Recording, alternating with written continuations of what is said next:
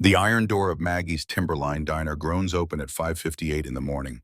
The sound cuts through fog thick enough to taste. Emma Hart steps inside carrying weight no 11-year-old should know how to carry. The kind that makes shoulders curve inward. The kind that teaches you to count under your breath when fear gets too loud to ignore. She's small for her age. Sandy blonde hair cut uneven like someone used kitchen scissors without caring about the result. Faded forest green jacket with a shoelace tied where the zipper pull used to be. Jeans worn so thin at the knees you can see skin through the denim. And her left sneaker wrapped in clear packing tape like a bandage that's been reapplied too many times to count. When she walks, the sound gives her away. Tap, tap.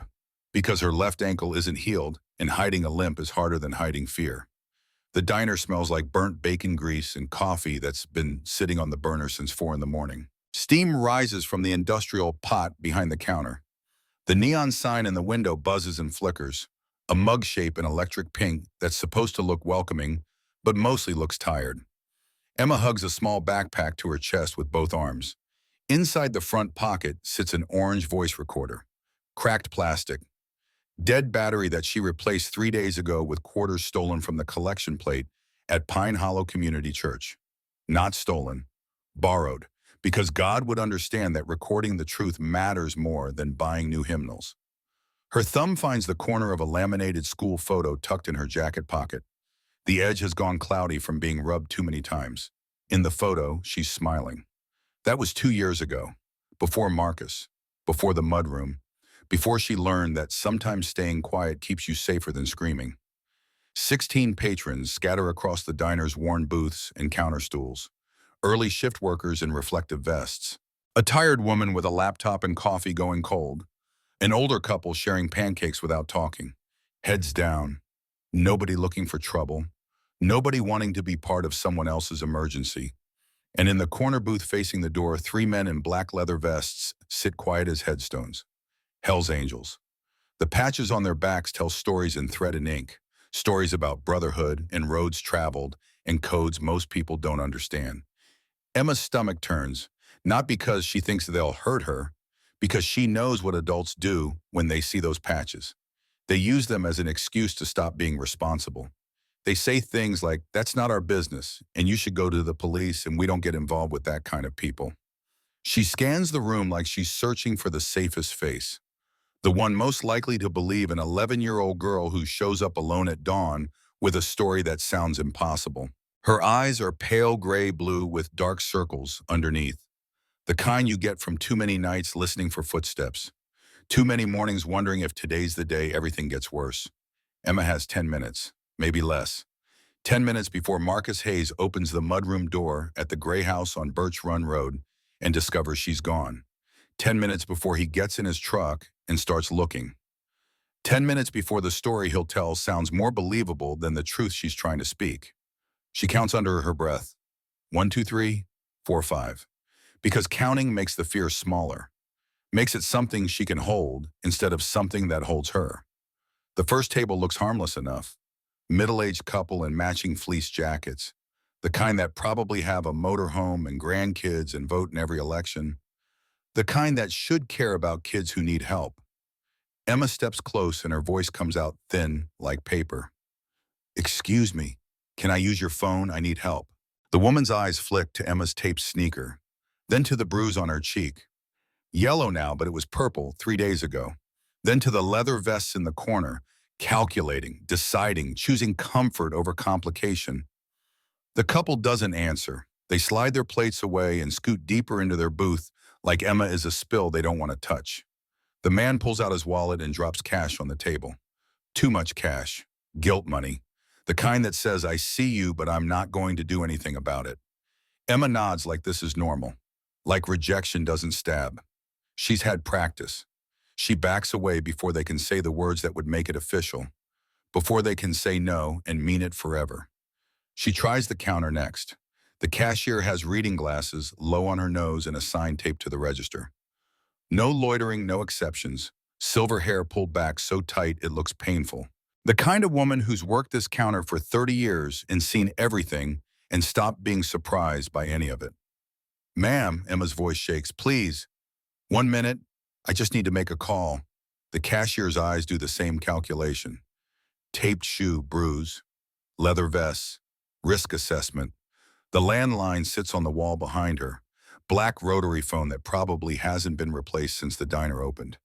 But the cashier shakes her head like Emma asked for something unreasonable. We don't have a public phone.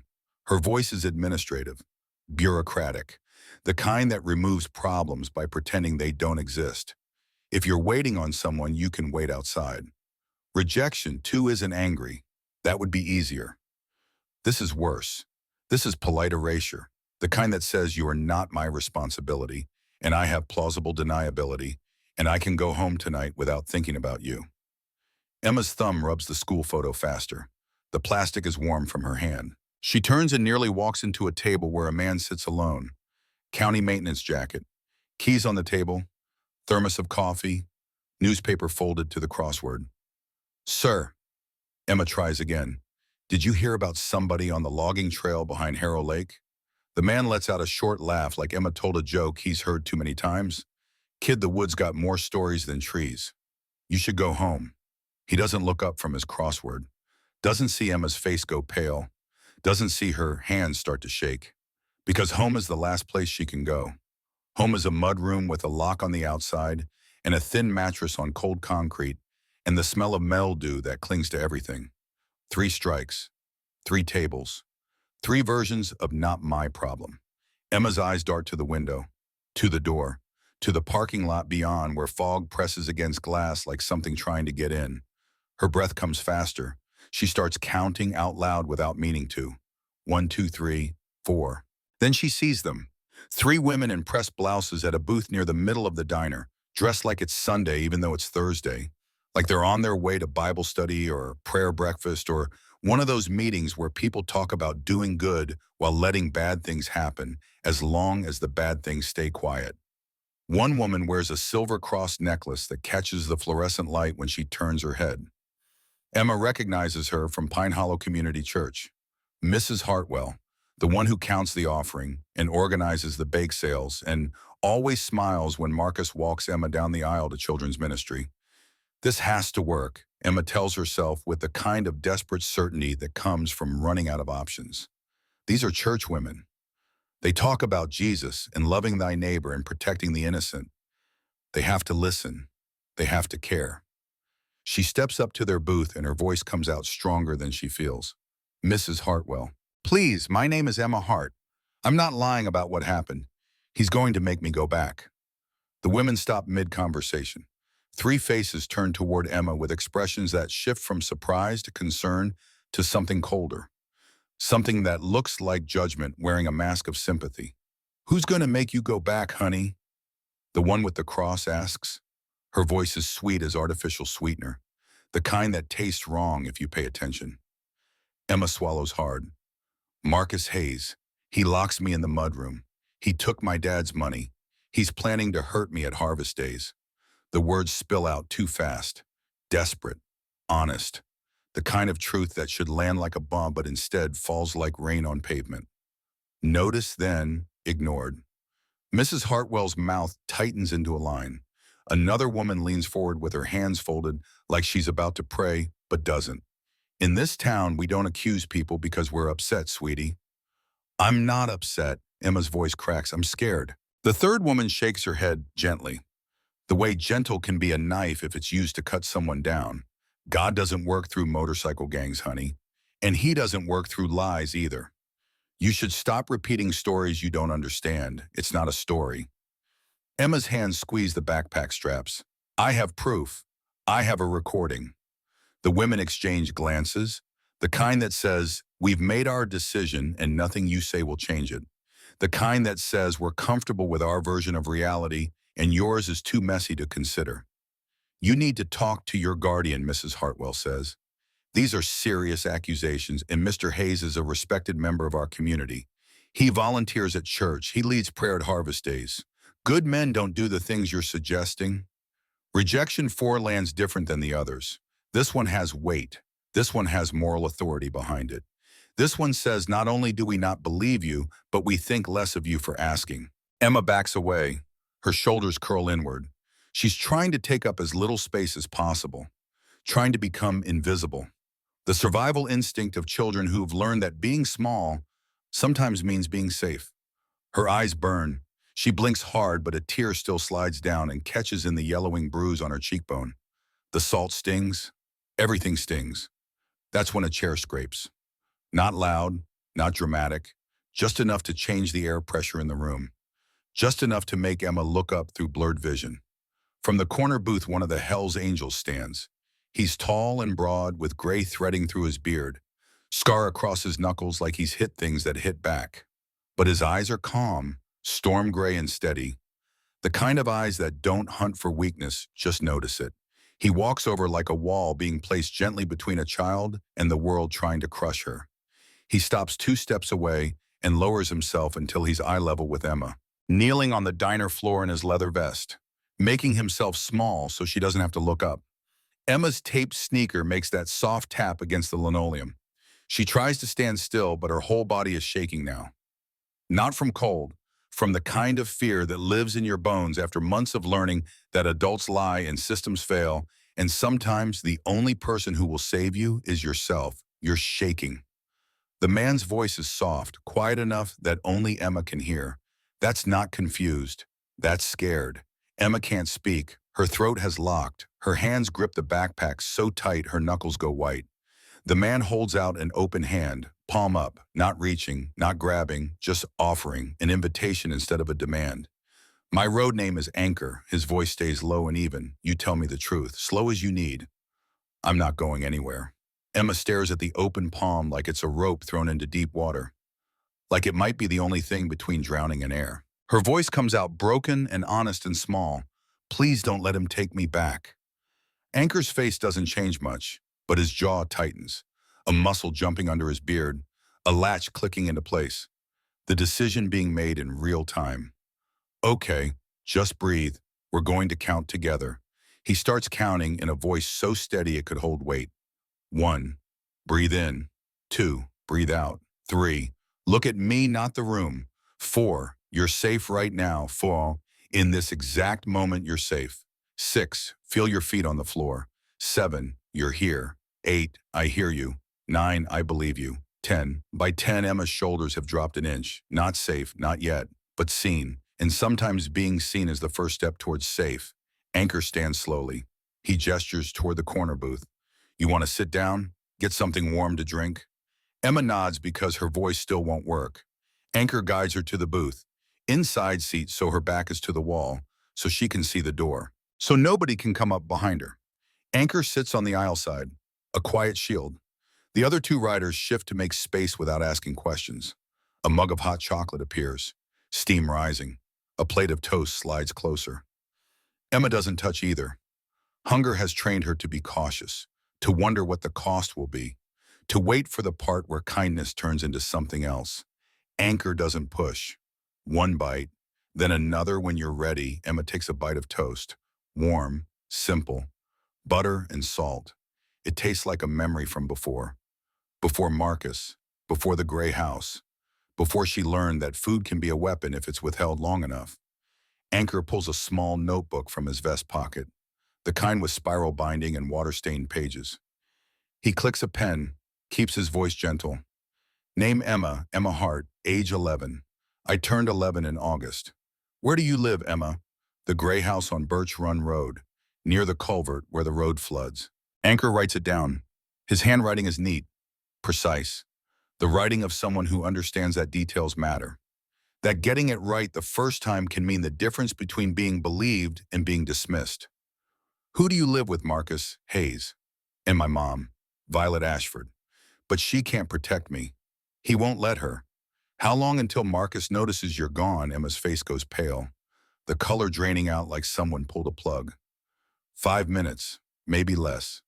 He gets up at 6, opens the mudroom at 6:15. Anchor's eyes flick to the window, to the parking lot, to the bow that's starting to thin as the sun thinks about rising. Then back to Emma. Okay, tell me what happened that made you run. Start wherever you need to start. Emma reaches into her backpack with hands that shake. She pulls out the orange voice recorder, holds it with both hands like it's the only proof she exists. Like if she drops it, Everything she's survived will disappear.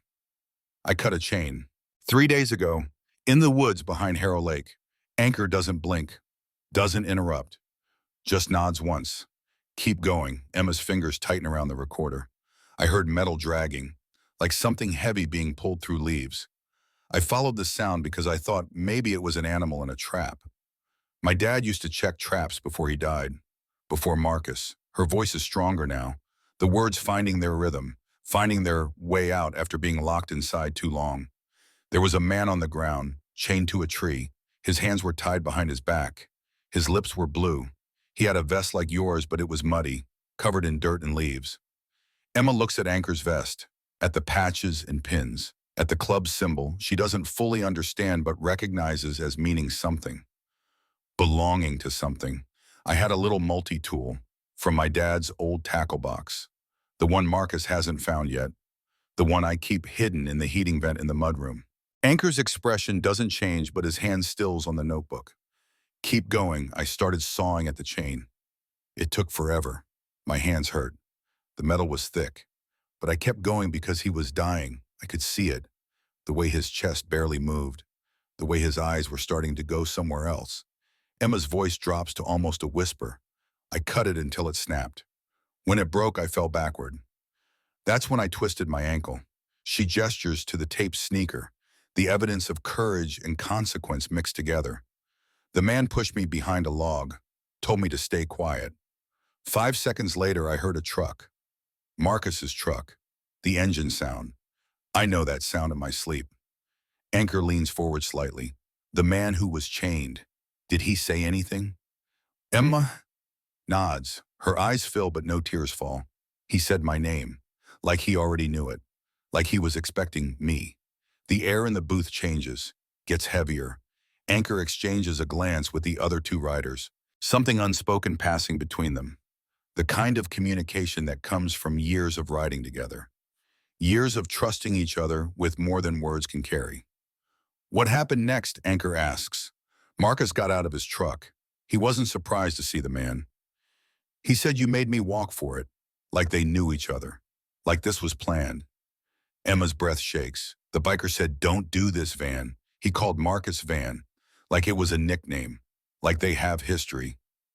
Then I ran. I didn't wait to see what happened. I just ran through the woods back to the house. I came in through the garage, tried to act normal. But Marcus got home 30 minutes later, and he knew. He always knows. What did he do? Emma's voice goes flat. The emotional distance of someone describing trauma they've learned to compartmentalize. He locked me in the mudroom, said the woods was a test, said if I talked about what I saw, nobody would believe me over a good man, said people trust him, people know him, people won't believe a girl who makes up stories for attention. Emma looks toward the church women's booth. They're pointedly not looking at her now, pretending she doesn't exist, proving Marcus right. Has he kept food from you? Anchor asks. Emma nods. Locked doors from the outside. Another nod. Stopped you from seeing a doctor alone? Yes, always. He always comes in the room, stands right there, tells them I'm clumsy, tells them I don't eat enough because I'm picky, tells them I'm grieving my dad and it makes me dramatic. Emma's voice cracks on the last word, like the weight of 3 years of being gaslit is too much to hold anymore. Anchor doesn't explode, doesn't make promises he can't keep, doesn't vow revenge or start making threats. He does something more terrifying. He gets calm, the kind of calm that comes before storms, the kind that means decisions are being made and lines are being drawn and there's no going back. Has anyone tried to help you before Emma's face does something complicated? Pain and anger and exhausted resignation all at once, I told my teacher. She called home. Marcus showed up smiling with donuts. That night, he locked me in for 3 days. 3 days in the mudroom with just a bucket and crackers he pushed under the door. Anchor writes it down. Who else, school counselor? She talked to Marcus in the hallway. I could see them through the window, him smiling, her nodding. When I went back the next week, she said sometimes kids make things up when they're struggling with loss. Who else? The sheriff's office. Deputy name, whoever's working the desk. I told him Marcus locks me up. He said family stuff should be handled at home. He called Marcus right there in front of me. Marcus came and thanked him for letting him know. Emma looks up at Anchor with eyes that have learned not to hope. So I don't know what to do anymore. I don't know who to tell. I don't know how to make anyone believe me. Anchor holds her gaze. Steady, unshakable. You did it. You came here. You told me, and I'm not letting this go. Emma shakes her head. They turned me away. Those women turned me away. Anchor's voice stays steady. I'm not those women. You hear me? I'm not those people who looked away. I'm here. I'm listening. And we're going to make sure you don't go back to that house. Can you do that? Anchor asks permission like it matters. Can I touch your shoulder? Emma nods. Anchor places 2 fingers lightly on Emma's shoulder. Solid, real, present. If Marcus walks in, you look at me. Not him, not anyone else. Me. You understand? Emma whispers yes, because her throat is too tight for anything louder. Anchor stands, takes 2 steps away, pulls out a phone. The other 2 riders stand with him, creating a wall between Emma and the door, between Emma and anyone who might try to take her before this gets sorted. Anchor makes one call. His voice is calm but carries weight. President, it's Anchor. I need every brother within 80 miles at Maggie's Timberline Diner. There's a pause on the other end, heavy with meaning. What's going on? An 11-year-old girl walked in with proof her guardian's been locking her up and planning an accident before harvest days. We're not waiting for the system to take its time on this one. Say no more. President Grayson's voice comes through clear enough for Emma to hear. We're coming. The line goes dead. Anchor returns to the booth, sits across from Emma. She's staring at him like he just dialed lightning, like he just called down something bigger than she knows how to understand. What's on the recorder? Anchor asks. Emma swallows hard. 3 nights ago, Marcus was on speakerphone in the kitchen. He didn't know I was awake. I was on the stairs. He said the kid's account. He said he wasn't losing it. He said a number. What number? 1729. Anchor's eyes narrow. Keep going. He said before harvest days it had to be quiet. He said nobody asks questions if he's the one leading the prayer. Like his position at the festival gives him cover. Emma's voice drops. That number, 1729, that's how much comes every month from my dad's trust. $1,729. Marcus is the trustee. He's been taking it for 3 years. All of it. Anchor's jaw tightens. Okay, Emma blinks. Okay. Anchor nods. Okay means we move smart, we move clean, we make it impossible for him to rewrite the story. You did the right thing coming here. Now we do the right thing keeping you safe. Outside, a low rumble starts, distant at first, like thunder on a highway you can't see yet. Then it grows, not chaotic, organized, deliberate, the sound of engines being used with purpose. 2 headlights appear through the moon, then 4, then a line. Motorcycles rolling in pairs, slow and controlled. Parking in disciplined rows along the far edge of the lot. Engines clicking off one by one until the sudden silence feels heavy with intention. The diner patrons freeze. Forks pause midair. Coffee forgotten. Eyes wide. Because this isn't what they expected. This isn't a gang showing up to cause trouble. This is something different. This is protection arriving in leather and chrome. This is what happens when a child's truth finally finds adults who won't look away. 3 men walk through the door. The bell above jingles like nothing special is happening. Like this is just another Thursday morning at Maggie's Timberline Diner. First comes Kane, mid-50s with close-cropped hair and eyes that miss nothing. Former law enforcement, the kind who knows exactly which forms matter and which excuses don't hold up under scrutiny. He moves like someone who spent a career understanding systems and is done pretending the system always works. Behind him is Doc Rivers, broad-shouldered with a quiet face and a small medical bag slung over one shoulder. Hands that have stitched wounds and set bones and held pressure while waiting for ambulances that sometimes came too late. Then Walker, younger than the others, lean with a hoodie under his vest, the kind of guy who used to teach middle school before he realized he could do more good outside the system than inside it. They don't loom over Emma. Don't crowd her. Kane crouches to eye level, open palm placed on the table between them. Morning, I'm Kane. I'm here to keep adults honest. Emma's breath hitches. She wasn't expecting this. Wasn't expecting multiple people to show up. Wasn't expecting to be believed by anyone, let alone a whole group. Doc speaks gently. May I look at your ankle? Emma nods. Doc kneels. His hands are careful, professional, gentle in the way medical professionals learn to be when they are good at their job. He examines the tape, the swelling underneath, the way Emma flinches when he palpates certain spots. Moderate sprain, untreated for at least 3 days. He looks up at Emma. We'll get you seen today. Properly. And your wrist. Emma pulls her jacket cuff back. Faint finger-shaped marks circle her right wrist. Angry red where skin has been rubbed raw from repeated restraint. Doc doesn't dramatize it. Doesn't gasp or curse. Just nods once. Noted. He pulls out his phone and starts documenting with photographs. Timestamps. Medical evidence that can't be dismissed. Walker leans toward the recorder on the table. We'll copy that. More than once. Digital backups. Cloud storage. So it can't disappear.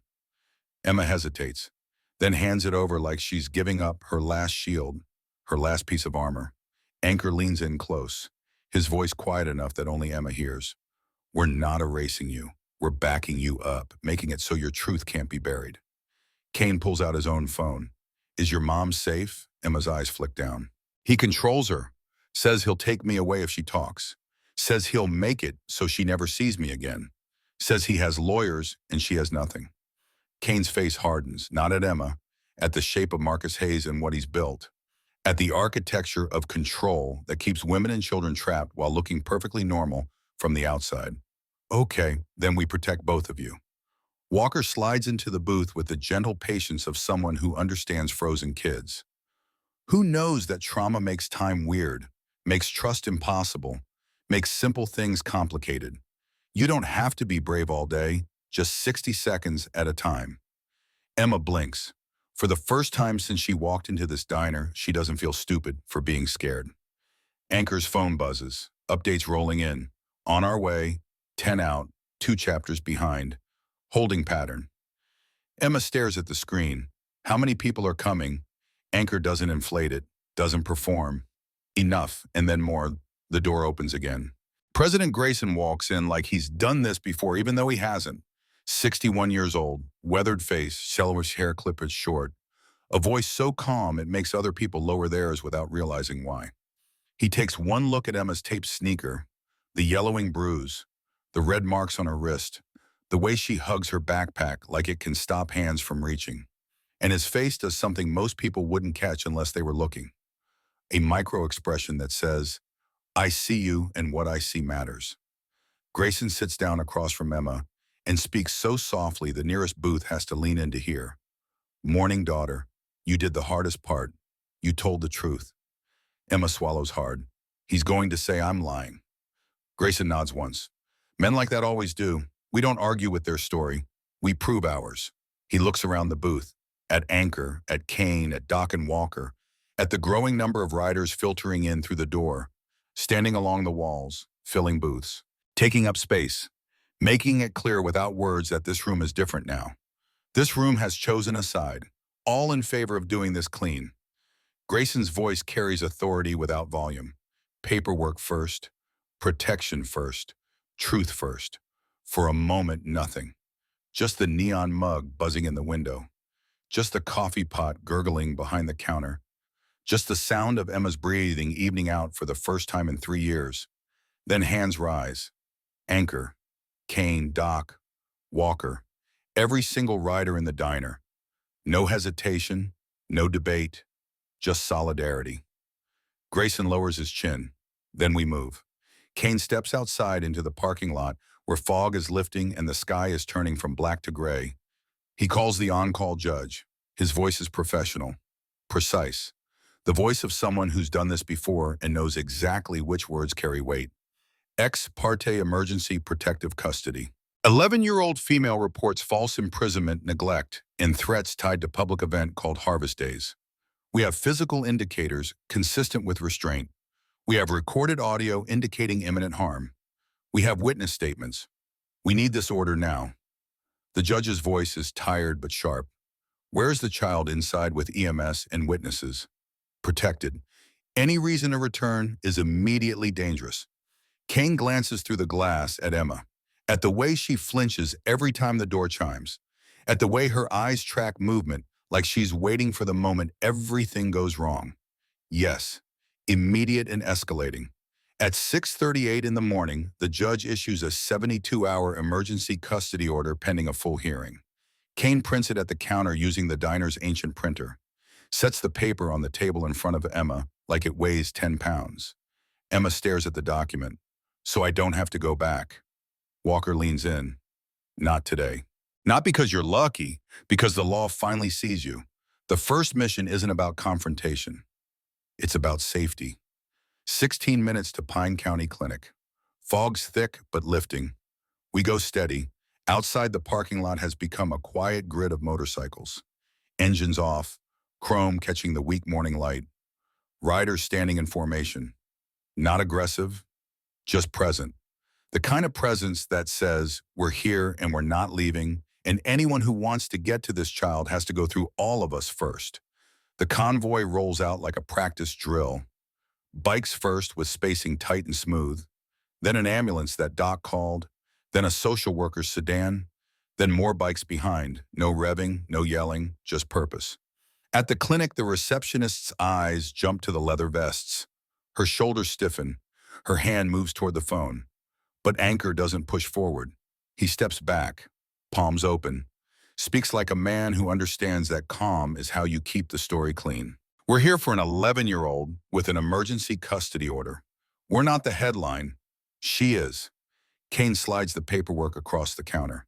Official, legal, impossible to dismiss. The administrator appears from the hallway in under 30 seconds. One look at Emma's face tells her everything she needs to know. She gestures toward the exam rooms. Come on back, honey. We're going to make sure you're okay. Emma walks between Doc and Walker. Anchor stays in the waiting room, visible through the glass. A steady presence, not hovering, just there. The x-rays show a badly aggravated ankle sprain, the kind that should have been treated immediately but was left to heal wrong. Emma's wrist shows inflammation where something tight dug in repeatedly. Her weight is low enough that the physician uses the phrase failure to thrive and writes it down in the chart that can't be erased. For the first time in months, Emma answers questions without someone standing 2 feet away. Without someone's eyes boring into her skull. Without someone's smile that looks like a warning. The nurse is gentle. How long has he been hurting you, Emma tells her. 3 years, since my dad died, since Marcus became my guardian. And your mom, she's scared too. He says if she leaves, he'll make sure she never sees me. Says he has lawyers and money and she has nothing. The nurse writes it down. Every word, every detail, building a record that can stand up in court. That can outlive Marcus Hayes' smile and reputation and position in the community.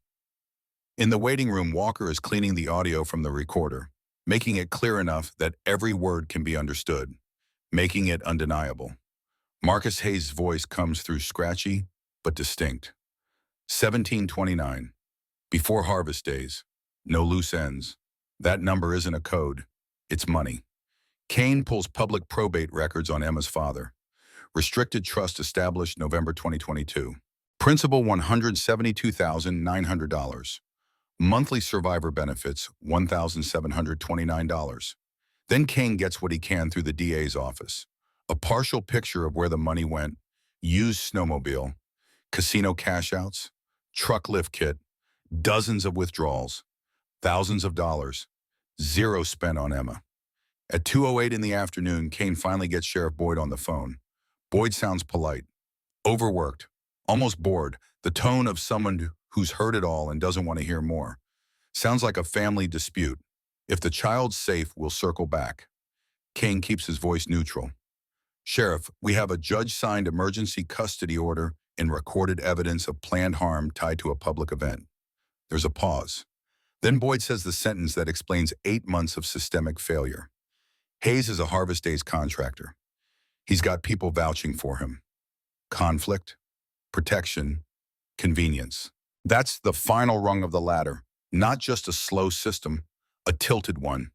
Kane bypasses the tilt. By 4:41 that afternoon, he's sitting across from Assistant DA Delaney Thorne. She's been a prosecutor for 11 years. Has conviction rates that make defense attorneys nervous. reads through Emma's case file with an expression that starts neutral and ends angry. This is textbook. Thorne's voice is sharp. Financial exploitation, false imprisonment, recorded intent to harm, and you're telling me local PD slow-walked it. Sheriff Boyd gets festival donations. Marcus Hayes is on the committee. Thorne's mouth tightens. Then we go around Boyd, file for a search warrant using the custody order medical findings, Emma's statement, and the recording transcript. At 6:02 that evening, a judge signs it. At 6:33, a small convoy rolls toward Birch Run Road. Two deputies from the neighboring county to avoid local complications. The social worker, the child advocate, and Kane. Across the street, Hell's Angels bike stage in quiet rows. Present, non-interfering, visible enough that nobody gets brave with a lie. The gray house looks ordinary. Vinyl siding, a bird feeder, a welcome mat. But beneath that welcome is a mudroom door with a lock on the outside. A thin mattress on concrete. A bucket. 3 years of nights that don't get recorded in real estate listings. When the deputies knock, Marcus Hayes opens the door wearing a pancake-stained t-shirt, humming, like a man interrupted during a normal evening. Because to him, this is normal. This is just another Thursday, another day of being respected and trusted and believed. He smiles when he sees badges. Evening, folks. Can I help you? The warrant is read. The entry is calm. The search is methodical. The mudroom hits first. Stale detergent, damp drywall, mildew that clings to throats. A thin mattress with stains that tell the stories nobody wants to read. No real window. A vent that rattles. The smell of a place where hope goes to die. Then the utility closet. A metal document box exactly where Emma said. Combination lock. The code is taped under a shelf just like she described. Inside are bank statements, ATM slips, receipts that line up with the snowmobile and casino withdrawals. Everything Emma said would be there is there. And then Kane finds the folder that turns a single case into a pattern. It's labeled in neat black marker.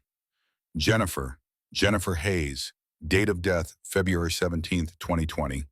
Kane opens it with gloves on. Death certificate. Accidental carbon monoxide exposure from a portable heater in the garage. But behind it sits an insurance policy. Coverage $198,000. Beneficiary Marcus Hayes.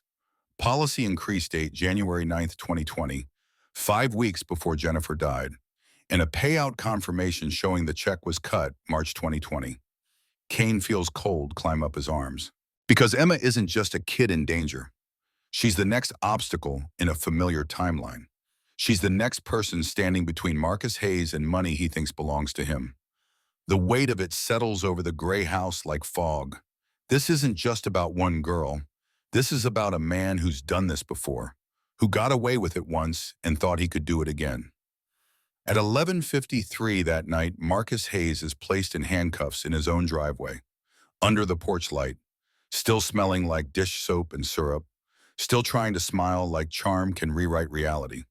The deputy reads him his rights while Marcus keeps his face calm, but his eyes give him away, the calculation happening behind them. The realization that the story he's been building for 3 years just collapsed under the weight of one 11-year-old girl who refused to stay quiet. He's booked on felony child neglect, false imprisonment, intimidation of a victim, theft by fiduciary, fraud tied to trust access. And after the Jennifer folder hits Delaney Thorne's desk, a separate investigation is opened into Jennifer Hayes' death. Not as an accident, as a potential homicide pending full file re-examination. Emma doesn't see the arrest happen. She's at the advocacy center sleeping in a real bed for the first time in 3 years. A bed with sheets that smell clean. A door that locks from the inside. A window without bars. Anchor sits in a chair by that window with cold coffee in his hands. Not talking, not pushing, just staying. Because Walker told Emma earlier tonight isn't about bravery. It's about permission to rest. And for the first time since Emma Hart cut a chain in the woods to save a stranger, she allows herself to believe that maybe being saved isn't something you only do for other people. Maybe sometimes it's something that happens to you too, if you survive long enough to ask for it. The morning after Marcus Hayes spends his first night in a county jail cell, Emma wakes up in a room that doesn't smell like mildew. The Advocacy Center bedroom has pale yellow walls and a window with curtains that let in light without bars cutting the sunshine into stripes. She lies there for 3 full minutes testing reality, listening for the sound of a lock turning, waiting for the door to open and someone to tell her it was all a mistake, that she has to go back. The door stays closed. The lock stays on the inside where she controls it. The only sound is her own breathing, and somewhere down the hall, the coffee maker gurgling to life. Emma sits up slowly. Her ankle still aches, but the brace Doc fitted yesterday helps. Makes walking feel less like punishment and more like something that will heal if given time. She touches the bruise on her cheek. Still tender, still yellow, but fading. Everything fades if you survive long enough. Anchor spent the night in the chair by her window. When Emma looks over, he's awake, probably has been for hours, coffee cup empty in his hands, eyes steady. Morning. His voice is quiet, respectful of the fragile peace that comes after crisis. How'd you sleep? Emma considers lying, considers saying fine because that's what adults want to hear. But Anchor hasn't lied to her yet, so she tells the truth. I woke up 4 times, kept thinking I heard him coming. That makes sense. Your body doesn't know it's safe yet. Give it time, Emma nods, pulls the blanket tighter. How long until he gets out? Bail hearing is set for this afternoon. Anchor's face stays neutral, but his voice carries certainty. He's not getting out, not with what they found. What did they find? Everything you said they would, plus more. Anchor doesn't elaborate, doesn't give Emma details that will become nightmares. Just establishes that her truth was accurate and that accuracy matters in ways that will unfold over days and weeks and months. Can I see my mom? She's coming here this morning. Social workers bringing her, safe transport. Emma's hands twist the blanket edge. Is she mad at me? Anchor's expression softens. No, she's not mad. She's relieved and probably scared and definitely dealing with a lot, but not mad. The conversation is interrupted by a knock. Walker appears in the doorway with a paper bag. Bagels, cream cheese, the kind of normal breakfast that feels extraordinary when you've spent 3 years eating crackers pushed under a door. Thought you might be hungry. Walker sets the bag on the small table. No pressure. Eat what you want. Amma takes a bagel, takes a bite, then another. Realizes she's actually hungry in a way that isn't about survival. Hunger that comes from using energy to fight instead of using energy to disappear. While Emma eats, Kane arrives with updates. He sits across from her with a folder. Doesn't open it, just holds it like evidence of progress. Sheriff Boyd called my phone 6 times last night. Kane's voice is matter of fact. He's upset that we went around him, upset that neighboring county deputies executed the warrant, upset that his festival buddy is sitting in lockup. Emma looks up. Her eyes are sharper than yesterday, more focused. Is he going to make this stop? He's going to treat it. Kane meets her gaze. That's why we're building a case so airtight he can't breathe around the edges. Everything by the book. Everything documented. Everything clean. Emma reaches into her backpack, pulls out a small spiral notebook. The kind you can buy at any drugstore for $1. The cover is bent. The pages are filled with Emma's careful handwriting. Dates, incidents, names. She slides it across the table to Kane. I kept track. Since the beginning. Every time he locked me up. Every time he took money. Every person who saw and didn't help. Kane opens the notebook. His eyes scan the pages. The detail is extraordinary. October 14th. Locked in mudroom 9 p.m. to 7 a.m. Reason asked why mom was crying. November 3rd. Locked in mudroom 2 p.m. to 6 p.m. Reason told teacher about bruise. December 8th. Locked in mudroom 3 days. Reason called sheriff's office. Page after page. Months of documentation. A child building her own case file because no adult would. Kane looks up. Voice thick. You've been investigating this whole time. Emma's chin lifts slightly. You said evidence matters. So I made evidence. You did. Kane's voice carries weight that sounds like pride and grief mixed together. This changes everything. This is what prosecutors dream about. A victim who can testify to specific dates, specific incidents, specific patterns. He pulls out his phone, takes photos of every page, then hands the notebook back to Emma. Keep this. It's yours. But now we have copies that can't disappear. Emma clutches the notebook. It's the only thing besides the voice recorder that's entirely hers.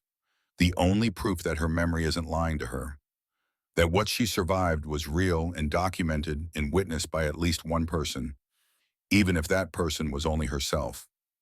Across town in a holding cell that smells like industrial cleaner, in desperation, Marcus Hayes isn't sleeping.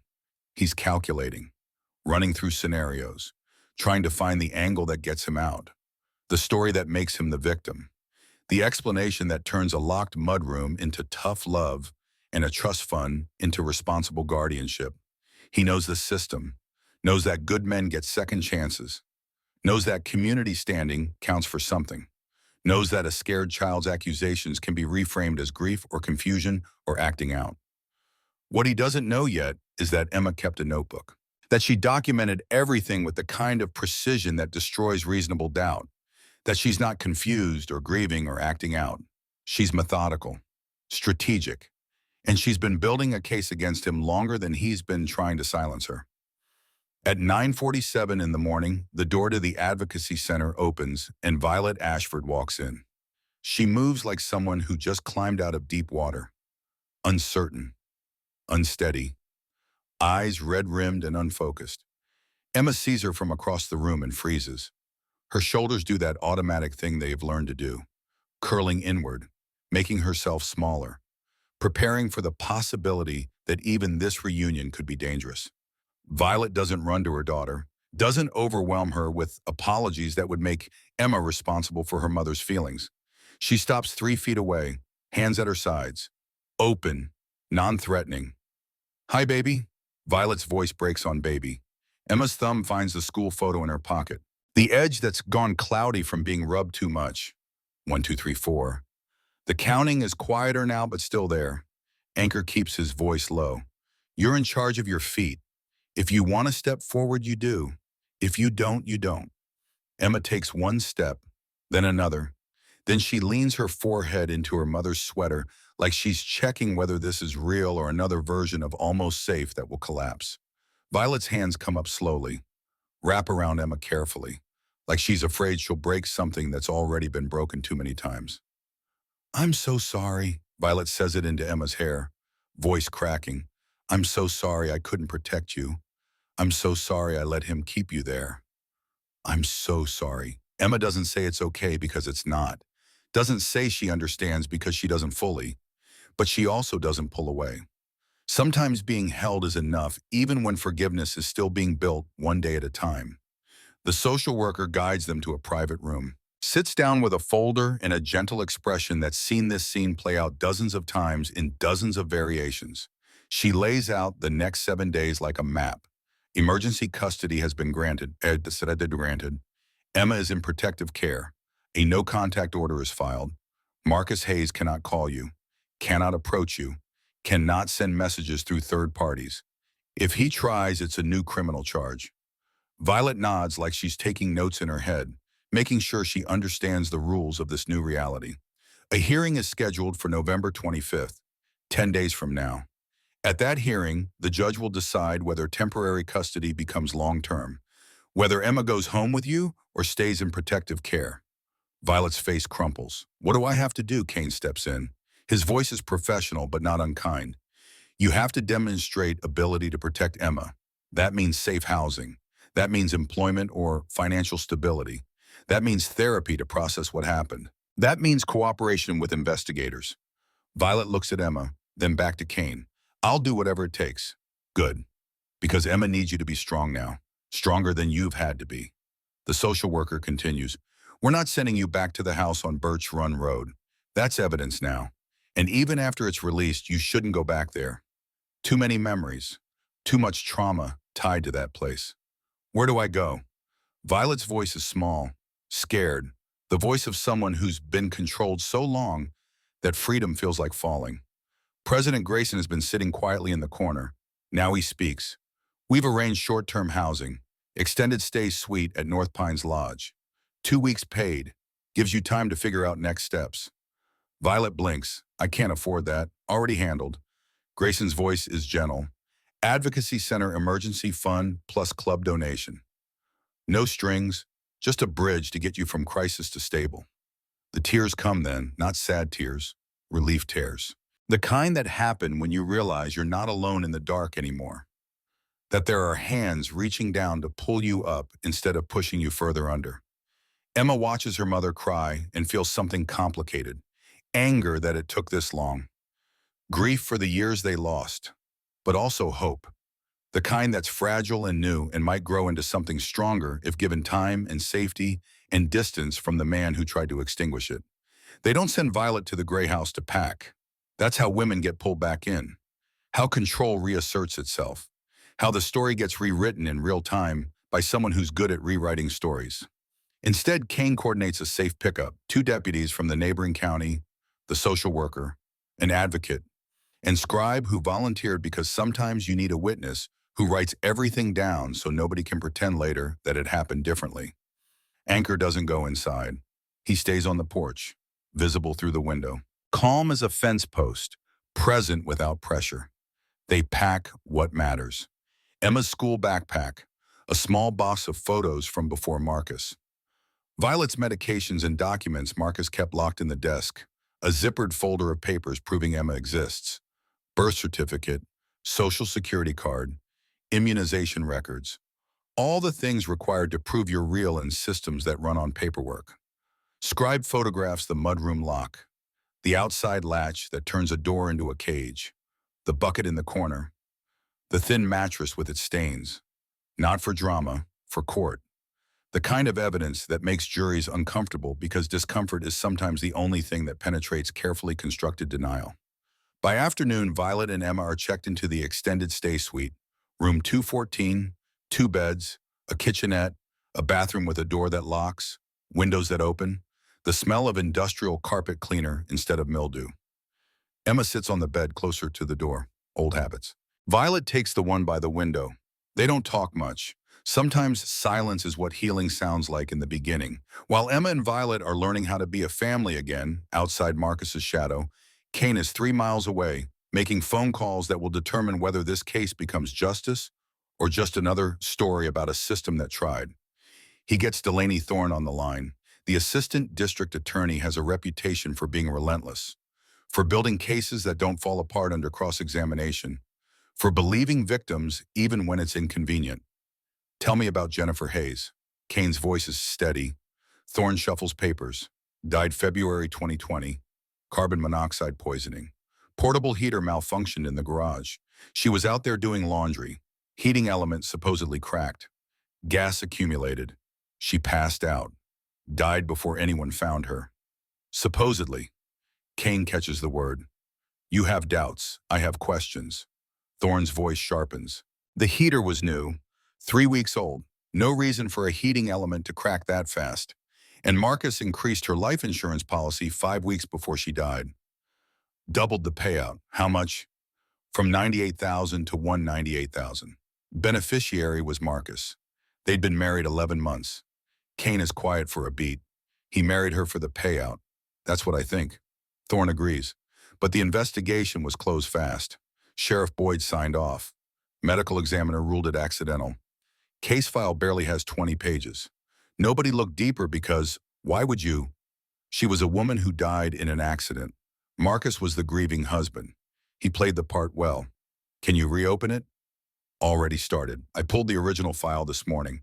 I've got a forensic specialist looking at the heater, got an independent investigator reviewing the scene photos, and I'm interviewing Jennifer's sister, who lives in Michigan. She called 3 times after Jennifer died, saying something felt wrong. Nobody listened.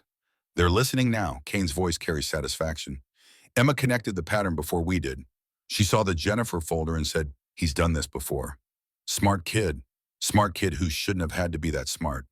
Kane's voice hardens. She should have been believed the first time she asked for help. You're right, Thorne doesn't argue.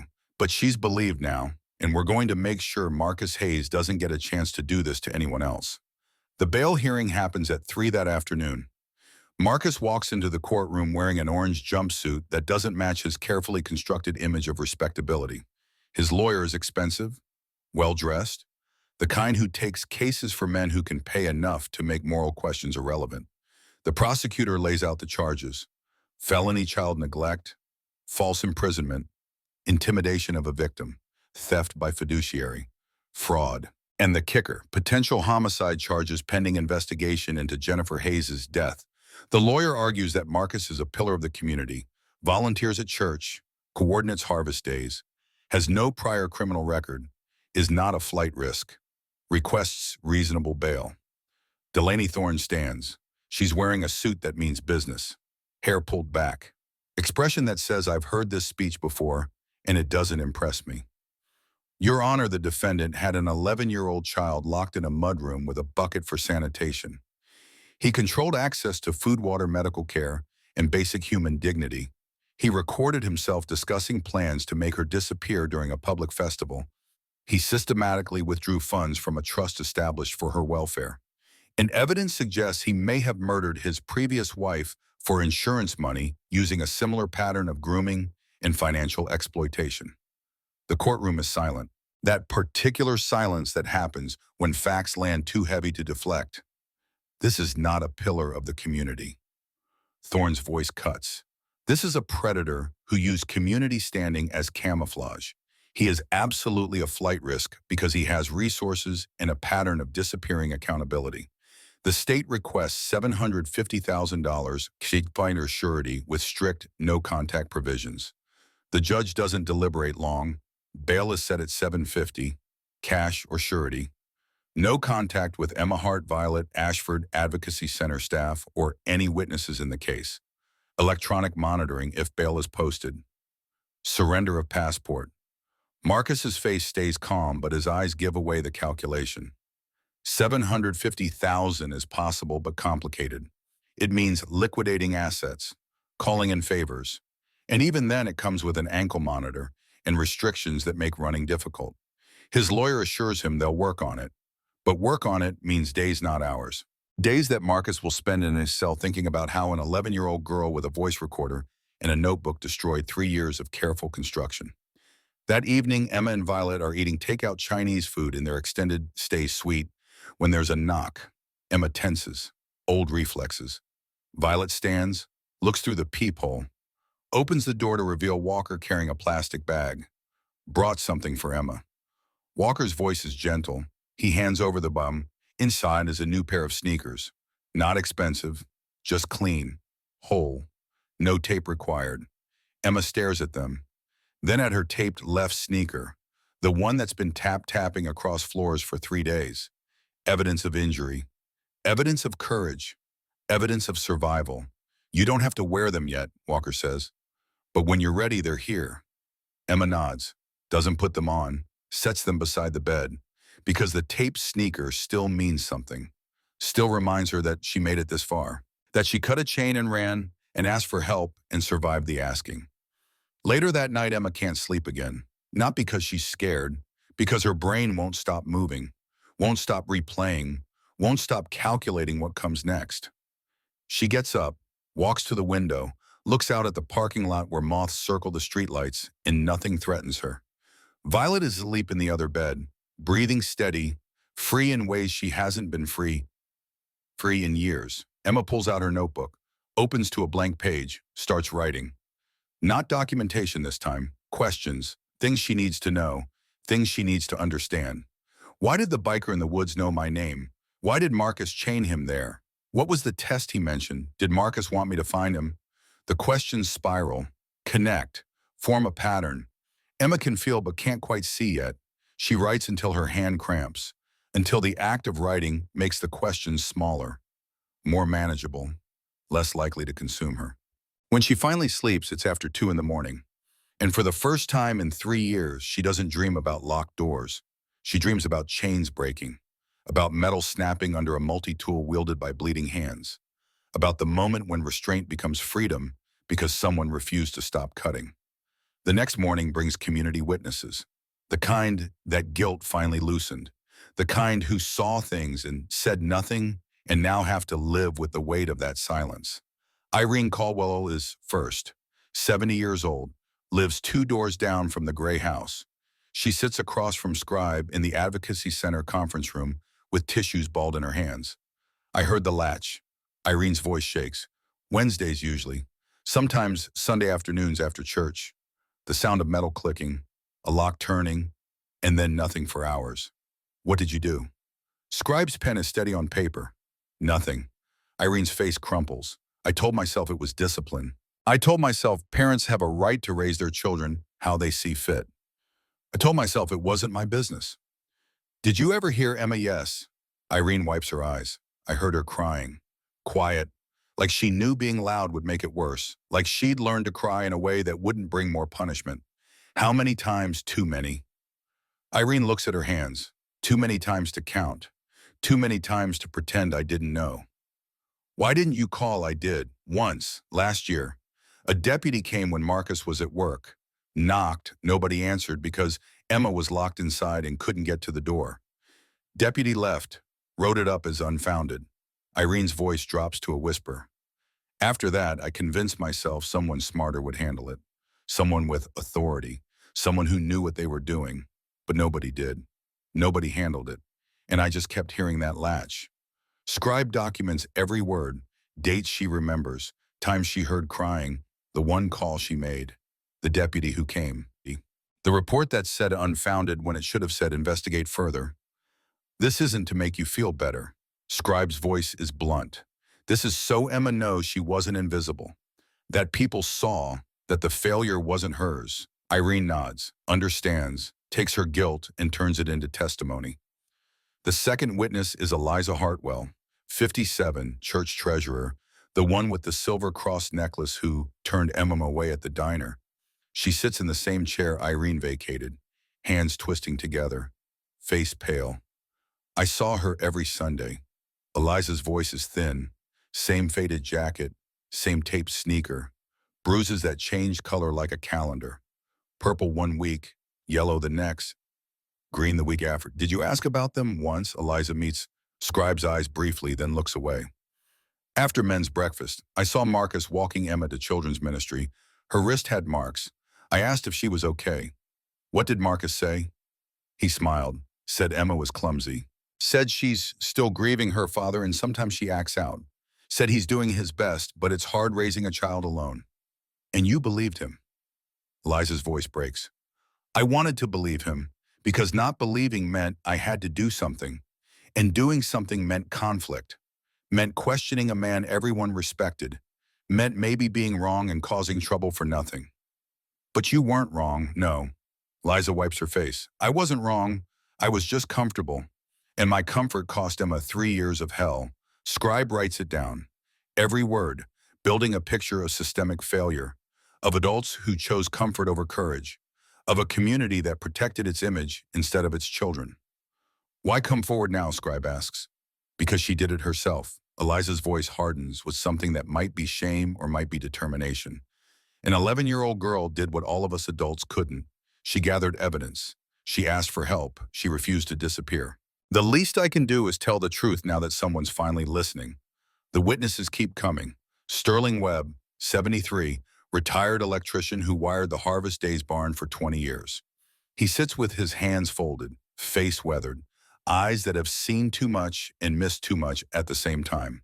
Marcus asked me not to add a light behind the livestock barn.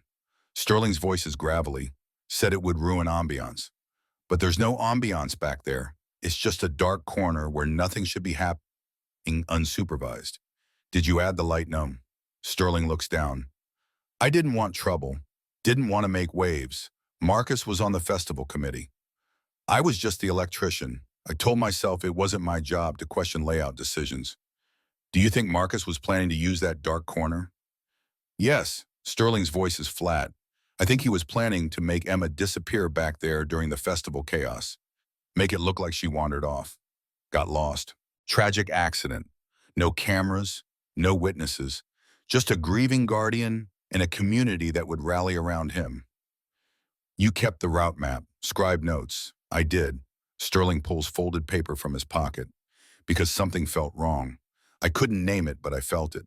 So I kept the map, just in case someone smarter than me figured out what I was too afraid to say out loud. Scribe takes the map, photographs it, adds it to the growing mountain of evidence.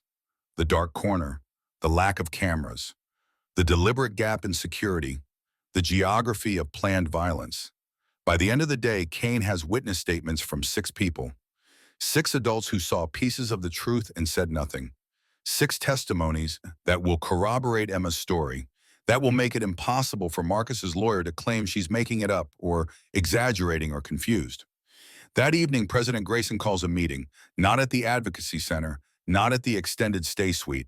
At a small office space the club rents for exactly this kind of situation, the kind where strategy needs privacy and planning needs security. Kane spreads documents across the table.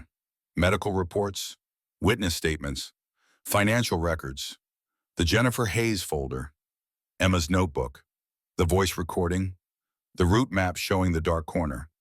This is what we have. Kane's voice is steady. This is what makes Marcus Hayes go away for a long time. Anchor leans forward. What about Emma's question, which one? Why did the biker in the woods know her name? The room goes quiet, because that's the piece that doesn't fit yet. The piece that suggests this is bigger than one guardian and one girl. That there's history.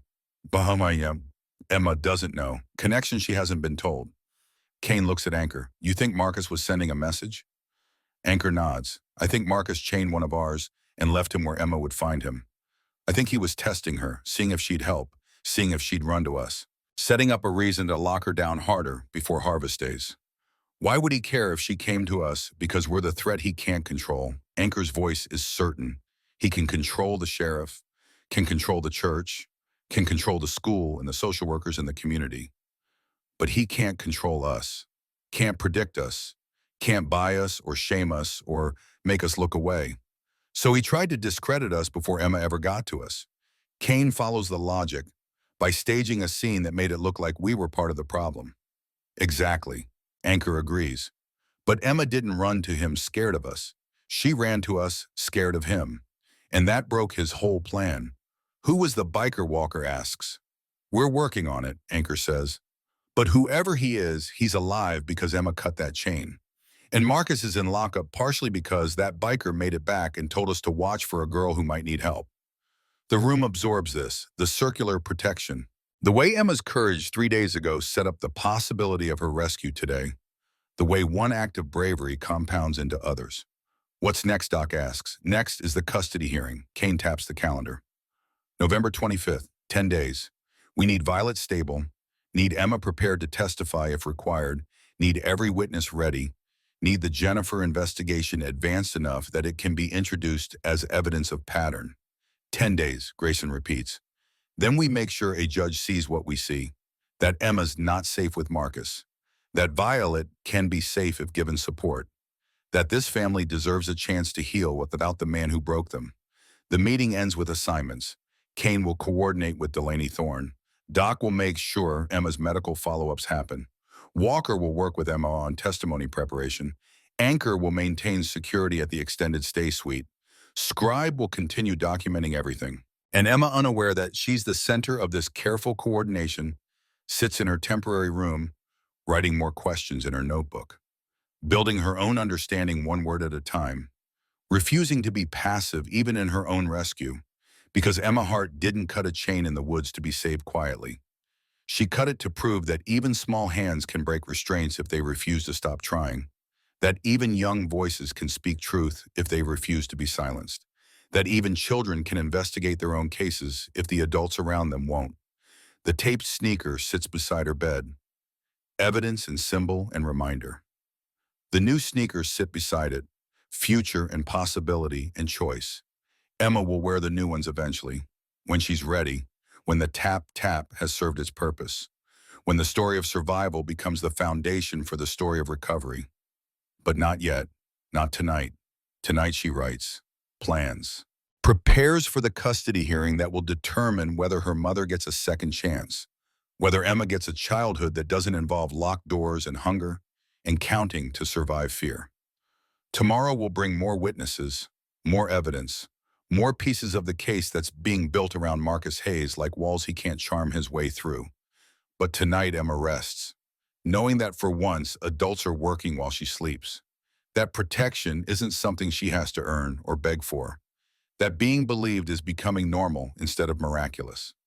The chains Marcus Hayes used to control her are breaking, one link at a time, one witness statement at a time, one day of safety at a time. And Emma, who cut a chain in the woods with bleeding hands and twisted ankle, knows something Marcus never learned. That chains only work if you stop cutting. That restraints only hold if you accept them. That silence only wins if you let it. She didn't let it. She won't let it.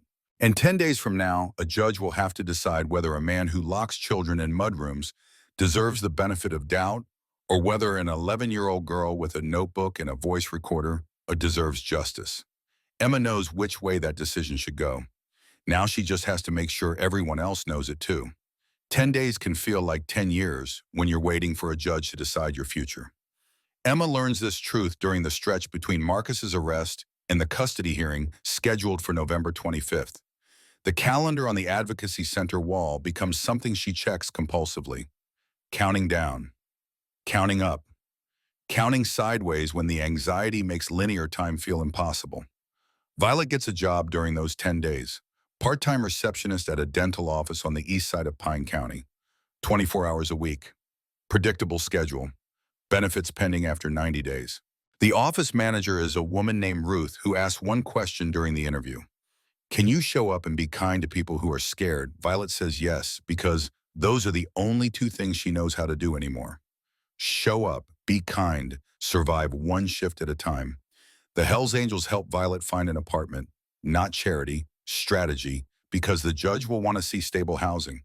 Will want to see that Emma has a home that isn't a hotel room or a shelter or the gray house with its mudroom prison. Cedar Ridge Apartments, Unit 3B, 18 Cedar Ridge Court, second floor walk-up, 2 bedrooms, kitchen with appliances that work, bathroom with a door that locks from the inside, windows that open, fire escape access, parking space included. First month's rent plus deposit is $2,680. Utility startup fees are $400. A used washer from a local reseller costs $220. President Grayson doesn't hand Violet cash like charity that comes with hidden strings. Scribe sets it up as a transparent support fund coordinated with the Advocacy Center. Every dollar has a receipt. Every receipt can stand up in court if anyone questions whether this help is appropriate or whether it's coercion disguised as kindness. The trust fund that Marcus controlled gets moved under court supervision, an independent fiduciary appointed by the judge, someone with no connection to Marcus or Violet or the case, someone whose only job is to make sure the $172,900 left for Emma's care actually gets used for Emma's care. Restitution paperwork starts immediately. Every withdrawal Marcus made, every dollar spent on snowmobiles and casino chips and truck modifications, every cent that should have gone to Emma's food or clothing or medical care or future, calculated, documented, added to the list of things Marcus will have to answer for. Doc gets Emma into a proper ankle brace, not tape, not makeshift solutions. An actual orthopedic device fitted by a specialist who examines the sprain and the way it healed wrong and the damage that comes from walking on injury because you have no other choice. Physical therapy scheduled twice a week for 6 weeks. Then reevaluate. The therapist is patient, gentle, doesn't push Emma beyond what she can handle, teaches her exercises that will strengthen what was weakened, that will correct what was allowed to heal incorrectly. The wrist gets examined too. Orthopedic specialist documents the restraint marks and inflammation. Photographs the finger-shaped bruises that are fading but still visible. Writes medical opinions that will become court exhibits. That will show a jury exactly what Marcus's hands did to an 11-year-old girl's bones. Walker works with Emma on testimony preparation. Not scripting, not telling her what to say, just teaching her how to stay calm when lawyers ask the same question 17 different ways. How to take her time instead of rushing to fill silence. How to say, I don't remember instead of guessing. How to look at the judge instead of searching for approval from adults in the gallery. You're not performing, Walker tells her during a practice session. You're reporting. There's a difference. Performing means you're trying to convince. Reporting means you're just telling what happened and letting the facts speak. Emma practices in front of a mirror. Practices counting when her heart rate spikes. Practices breathing through the moment when someone mentions Marcus's name. Practices staying in her body instead of floating away to the dissociation place she learned to go when the mudroom door locked. During one session, Emma asked the question that's been building. What if they don't believe me? Walker doesn't lie. Doesn't promise outcomes he can't guarantee. Some people won't. Some people can't. But the judge isn't some people. Judge Morrison has been on the family court bench for 19 years. She's seen every variation of this story. She knows what real fear looks like versus what coach testimony looks like. And you have something most kids don't have. What documentation? Walker taps Emma's notebook. Medical evidence, witness statements, a recording. You built a case. Most kids just have their word against an adult's. You have proof. Emma nods, holds on to that. Proof, evidence. Things that exist outside of whether someone chooses to believe her. 5 days before the hearing, Delaney Thorne gets results from the Jennifer Hayes investigation. The portable heater that supposedly malfunctioned gets examined by a forensic specialist. The heating element didn't crack naturally. It was scored. Someone used a tool to create a weak point that would fail after running for a specific amount of time. The specialist estimates 2 to 3 hours of operation before catastrophic failure. Carbon monoxide release would have been gradual, then sudden. Anyone in the enclosed space would have passed out before they realized they were in danger. Jennifer's sister in Michigan gives a statement, says Jennifer called her 2 days before she died, said she found something weird in Marcus's documents, said she was going to ask him about it, said she'd call back after they talked. She never called back. The sister tried to tell investigators this during the original case, got dismissed, got told that grief makes people see patterns that aren't there. Got told Marcus was cooperative and devastated, and there was no evidence of foul play. Now there is evidence. Now there are patterns. Now there's a second victim who fits the same profile. Woman with assets. Woman who asked questions. Woman who died conveniently when Marcus needed money. Delaney Thorne adds the Jennifer investigation to the custody hearing file.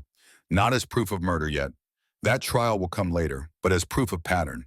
As evidence that Marcus Hayes has a history of harming women and children in his care. That his community reputation is camouflage, not character. 3 days before the hearing, Marcus makes bail. $750,000 secured through a property bond and assistance from his lawyer's firm. He walks out of county lockup wearing an ankle monitor. Restrictions firmly in place.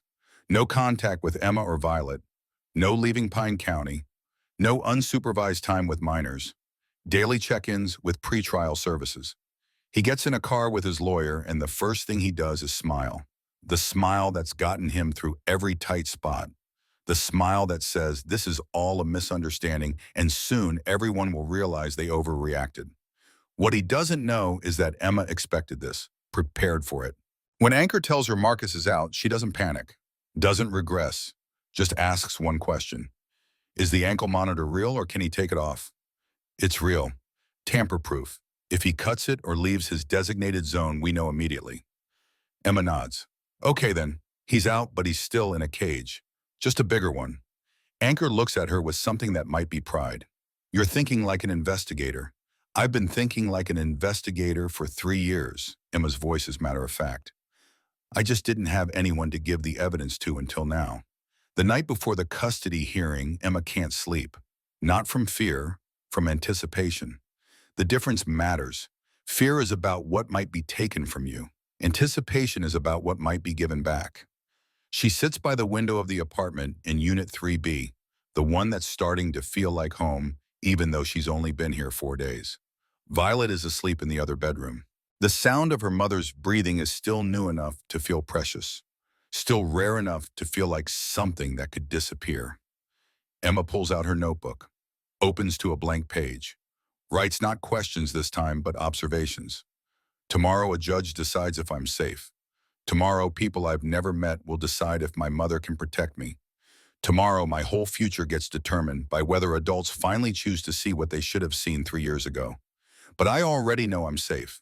I made myself safe by refusing to stay silent.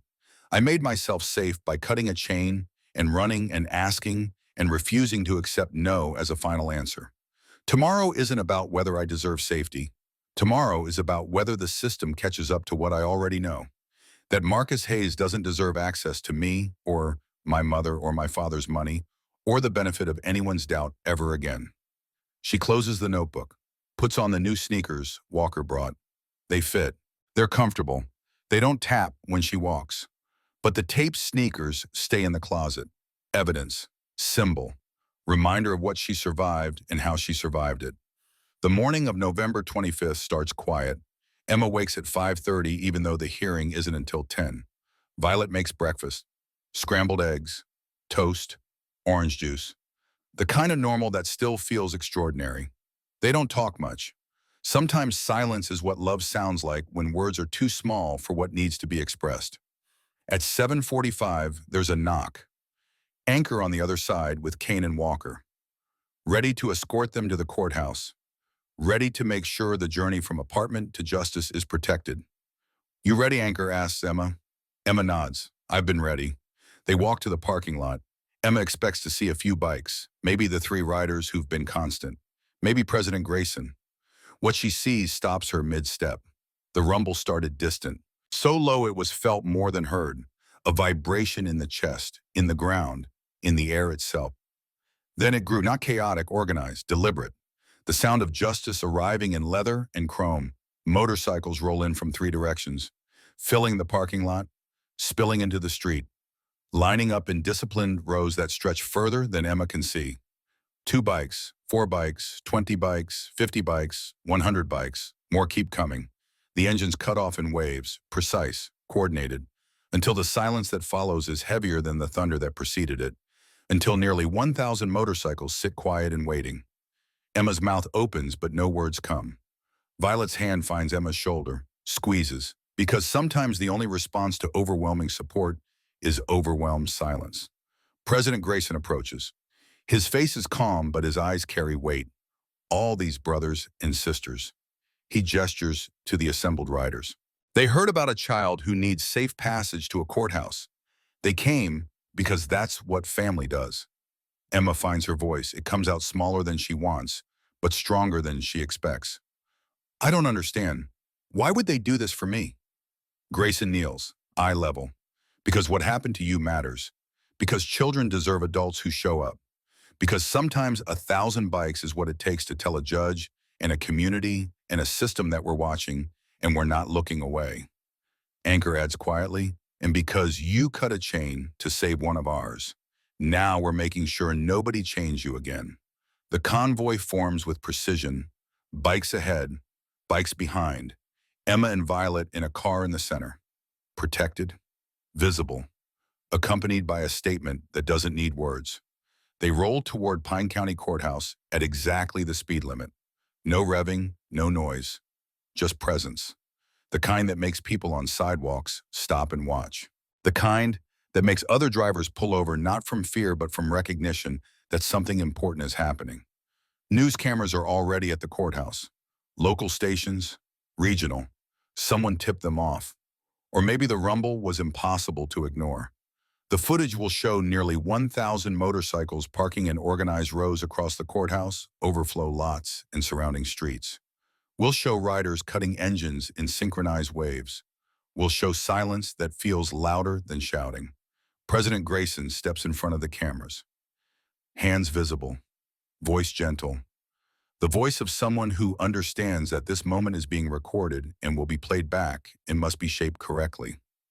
"We're here to make sure a child can walk into a courthouse without looking over her shoulder. That's it. We're not here to intimidate. We're here to accompany. There's a difference." A reporter asks if this is an organized protest. Grayson shakes his head. "This is organized support." Emma Hart did everything right. She reported abuse. She gathered evidence. She asked for help. And she was failed by systems that should have protected her. We're here to make sure she's not failed again. Emma walks up the courthouse steps between Anchor and Walker.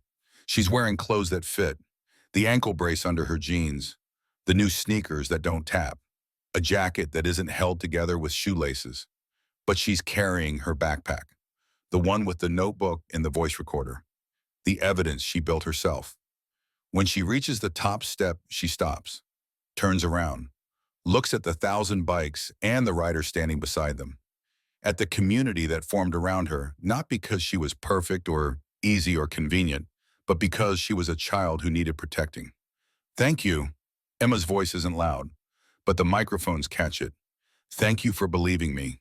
One writer calls back. Thank you for being brave enough to ask.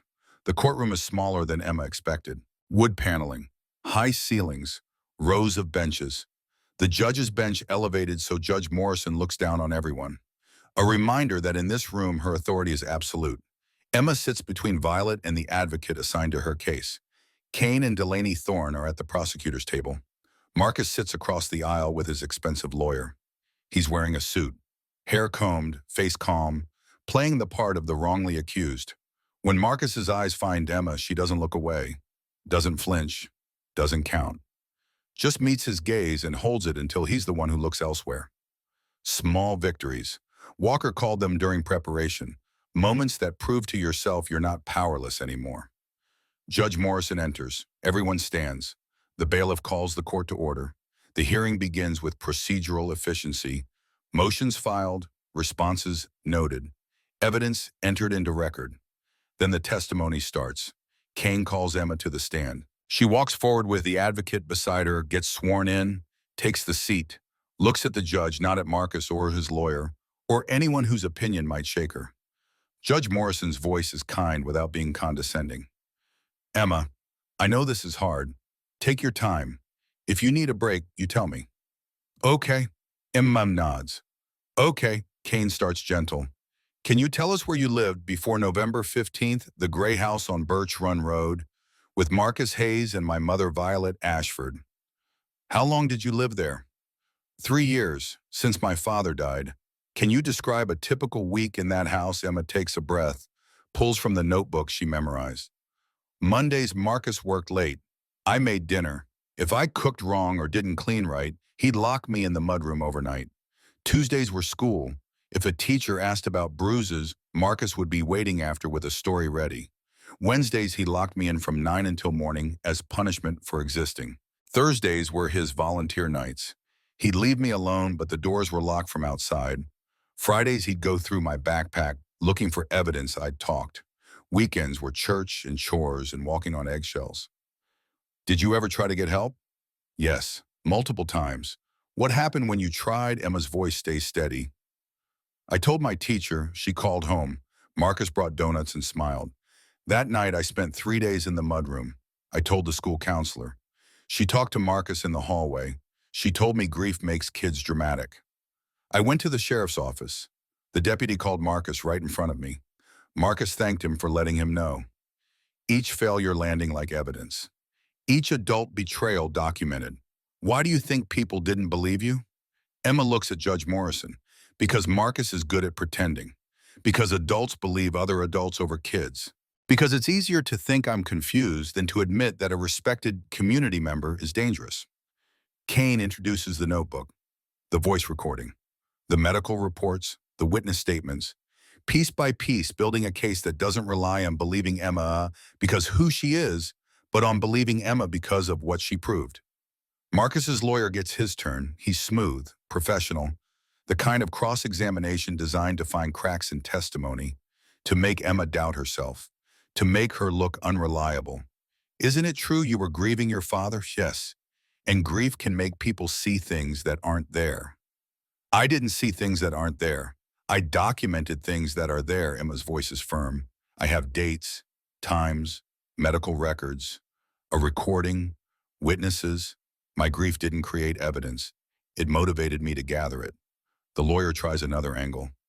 Did Marcus ever hit you? Not with fists. So no physical abuse. Locking a child in a room with no bathroom for days is physical abuse. Withholding food is physical abuse. Restraining wrists hard enough to leave marks is physical abuse. Emma's eyes don't leave the lawyer. Just because he didn't punch me doesn't mean he didn't hurt me. Judge Morrison writes notes. Her face is neutral but attentive. Listening, the lawyer makes one more attempt. Isn't it possible you misunderstood discipline for abuse? Emma's answer is the one Walker prepared her for, the one that will play on news clips for days. No, I understood perfectly. That's why I kept a notebook with dates and times. That's why I recorded conversations. That's why I ran. Because I understood that what was happening to me was wrong and that adults weren't going to stop it unless I made them. The courtroom is silent.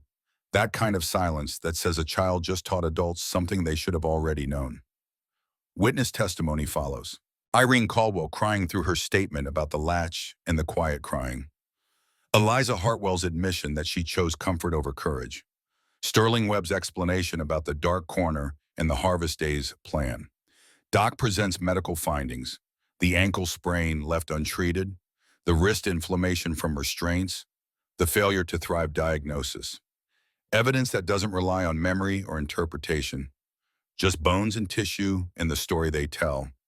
Delaney Thorne introduces the Jennifer Hayes investigation, not as proof yet, but as pattern evidence. Another woman in Marcus's care who died conveniently when questioning his finances. Another insurance payout. Another case that was closed too quickly by a sheriff who found it easier to look away. Marcus's lawyer objects. Judge Morrison allows it for limited purpose. To establish pattern of financial exploitation and potential danger.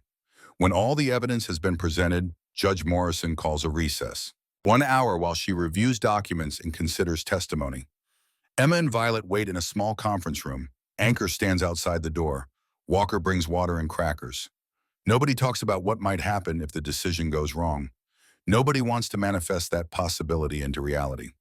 At 2:47, Judge Morrison returns. Everyone rises, takes their seats, waits. The judge looks at Emma first, then at Violet, then at Marcus. When she speaks, her voice carries the weight of 19 years on the family court bench. 19 years of seeing what happens when systems fail children.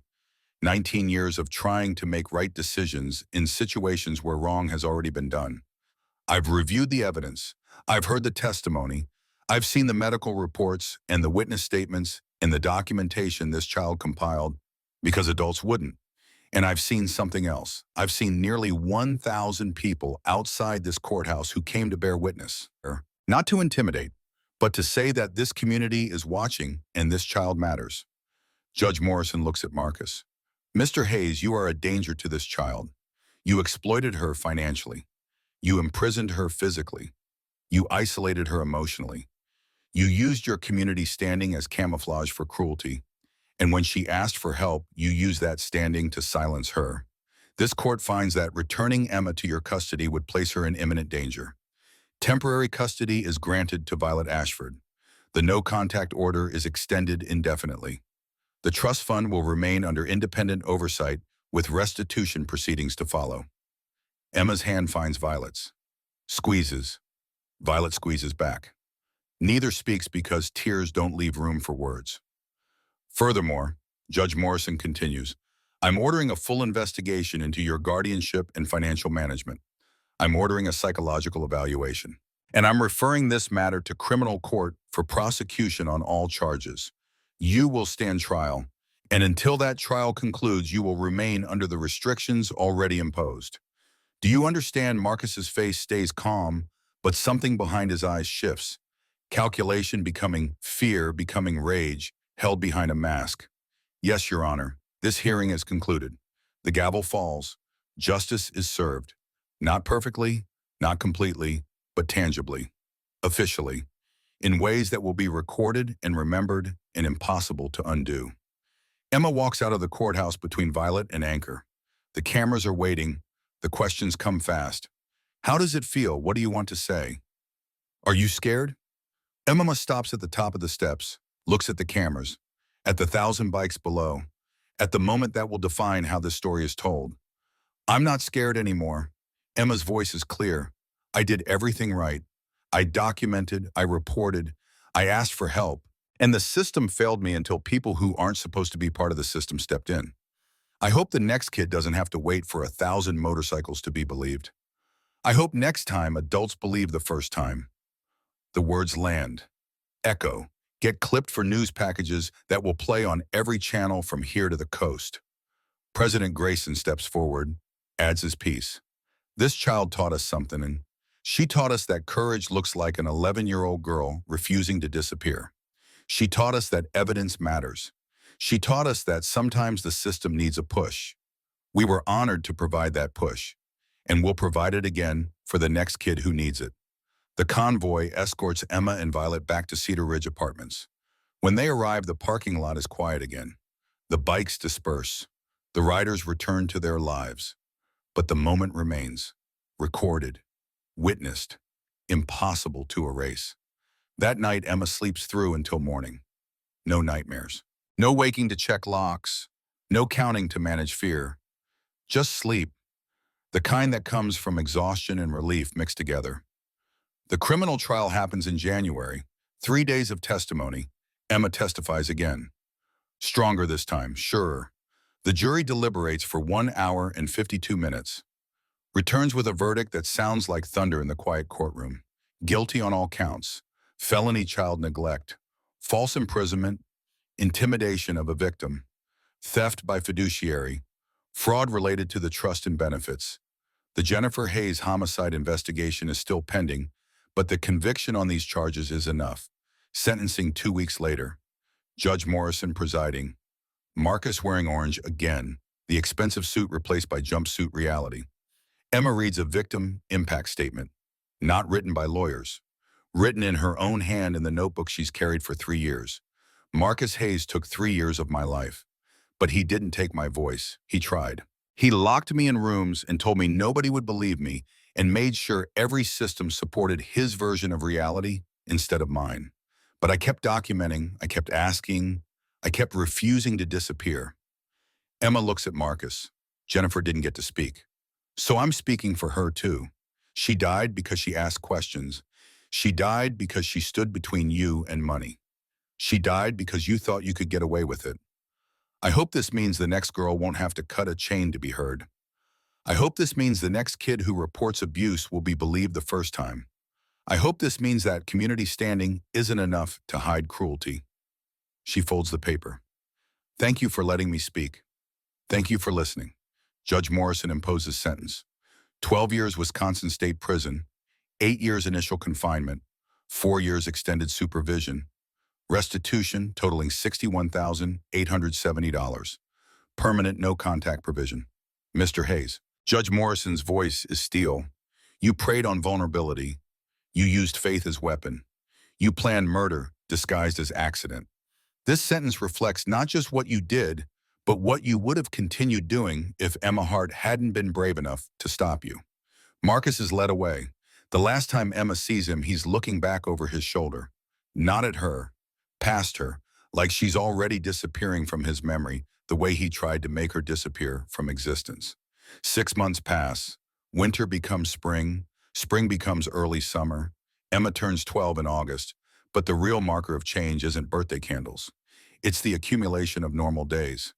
Days that don't include locked doors or withheld food or walking on eggshells. Violet keeps her job at the dental office, gets promoted to full-time with benefits, starts therapy twice a month to process 3 years of being controlled, learns that leaving isn't weakness, that asking for help isn't failure, that protecting Emma now counts even if she couldn't protect her before. Emma continues therapy too.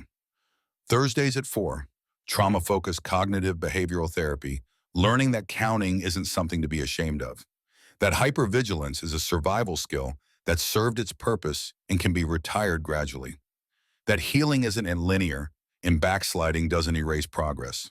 The physical therapy ends after 8 weeks. Emma's ankle heals properly this time. The exercises continue anyway because, and as Walker said, strong ankles are proof you're planning to stay. Pine County changes in small ways that accumulate into something larger. The school district adopts a new mandatory reporting review process, anonymous tip line with 2-person verification, so no single staff member can quietly drop a concern, so no child's report disappears into administrative convenience. First semester documented follow-up compliance rises to 96%. First year early intervention referrals increased by 41%. The numbers sound scary until you realize they mean adults stopped pretending they didn't see. Harvest Day still happens in September. The barn still smells like hay and popcorn.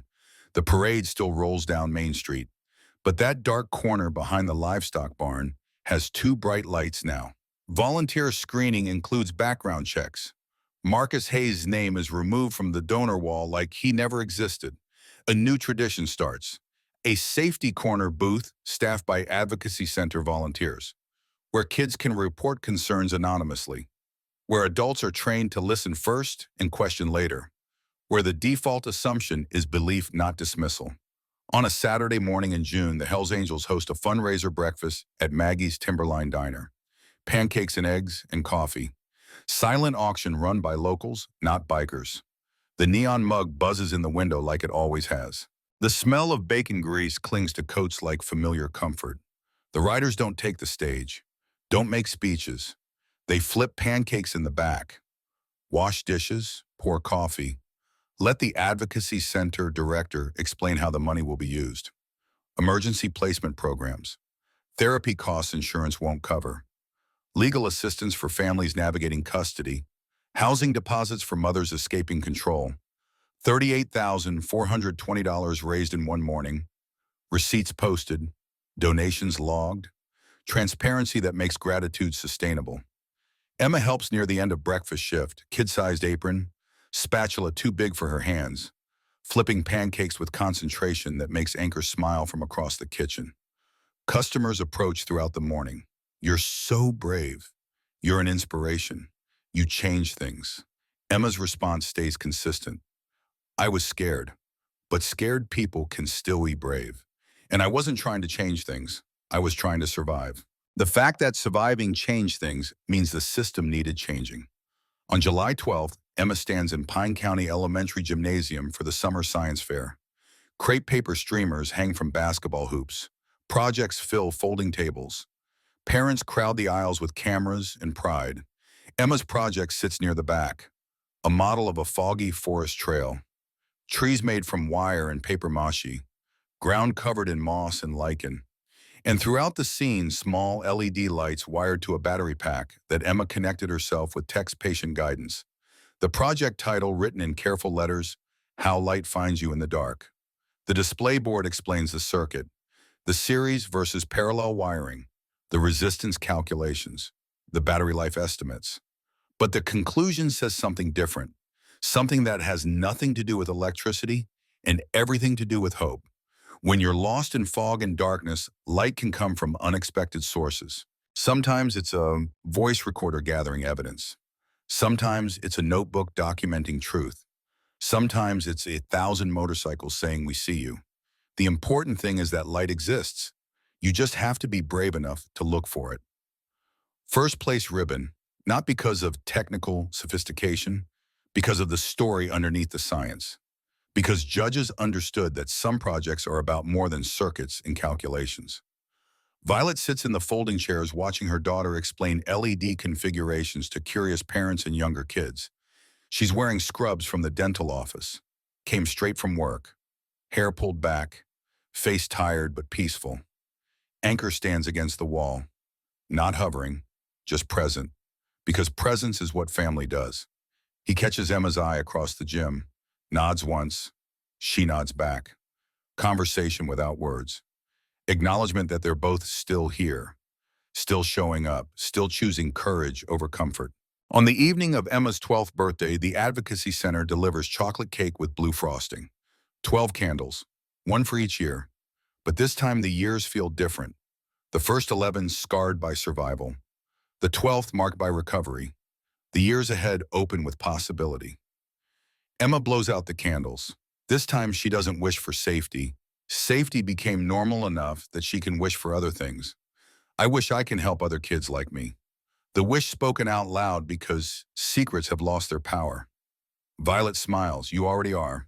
There's a knock. Anchor at the door with a plain bag. Inside are new sneakers. Good ones. The kind designed for running or hiking or going places without pain. And tucked beside them a small strip of clear packing tape. Emma laughs. One short, surprise sound that comes from a place that remembers joy.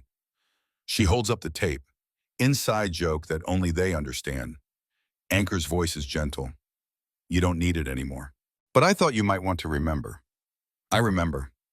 Emma sets the tape on her dresser next to the taped sneakers from November. Evidence and symbol and reminder. I remember all of it. That night, Emma stands at her bedroom window looking out at the parking lot below. It's quiet. No threat. No danger. No Marcus Hayes hunting for reasons to lock her away. Behind her, Violet is in the kitchen making dinner. Normal sounds, dishes clinking, water running, the hum of a life being rebuilt one meal at a time. Emma pulls out her notebook, opens to a blank page, writes not documentation this time, reflection. I cut a chain in the woods because someone needed help. Then I asked for help because I needed it. Both took courage. Both mattered. Both changed what happened next. Marcus wanted me to disappear, wanted me to be silent, wanted me to accept that his version of reality was the only version that mattered.